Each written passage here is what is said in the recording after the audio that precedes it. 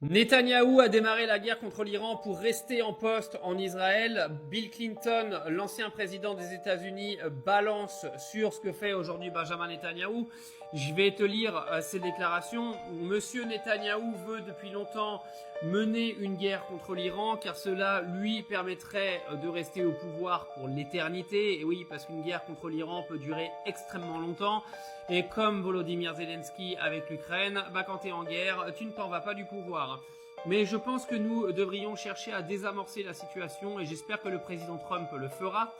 J'espère que n'importe qui là-bas le fera. Nous devons convaincre nos alliés au Moyen-Orient que nous serons à leur côté pour les protéger, mais choisir des guerres non déclarées où les principales victimes sont des civils qui ne sont pas engagés politiquement ni d'un côté ni de l'autre et qui veulent simplement vivre décemment, ce n'est pas une très bonne solution. Est-ce que je pense qu'il faut empêcher l'Iran d'avoir l'arme nucléaire ? Oui, j'ai essayé à mon époque et on a eu quelques résultats, mais cela ne justifie pas ces tueries permanentes de civils sans défense qui veulent juste avoir une chance de survivre. Interview d'un ancien président des États-Unis. Donc quand vous avez un ancien président des États-Unis qui vient vous expliquer que Benjamin Netanyahou, le plus gros dictateur du 21e siècle, mène une guerre et en a fait exprès justement pour pouvoir rester au pouvoir, je pense qu'on peut le croire et lui faire un peu confiance. Au passage, ceux qui s'amusent à faire des vidéos sur les réseaux ou qui viennent sur les médias en France venir nous expliquer que de prendre aujourd'hui la défense de l'Iran est un scandale car le régime iranien est un régime tortionnaire et que Israël est une démocratie. Vous voulez qu'on fasse un petit palmarès de ce qu'a fait Netanyahou sur sa population. Vous voulez qu'on parle du fait que Benjamin Netanyahou a fait incarcérer 18 ans de prison un gars qui avait dévoilé les secrets des armes nucléaires israéliennes.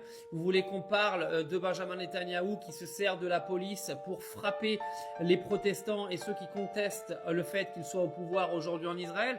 Ah ben non, vous voulez pas en parler parce que vous n'êtes pas au courant. Vous n'êtes pas au courant parce qu'en fait, Benjamin Netanyahou et Israël contrôlent l'intégralité de la propagande médiatique en Israël et bien sûr ne diffusent pas ce genre de vidéos. Donc il faut fouiner un peu pour être au courant.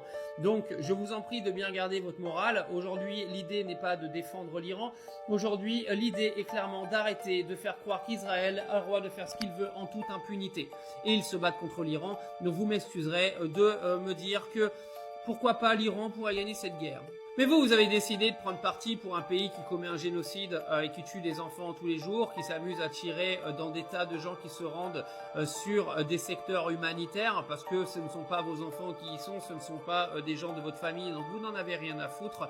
Mais aujourd'hui, il est clair que de prendre la défense de Benjamin Netanyahou, c'est prendre la défense d'un criminel de guerre, de quelqu'un qui tue des enfants tous les jours, qui commet des crimes de guerre et qui le fait en toute impunité, parce que grâce à vous, il a le soutien populaire.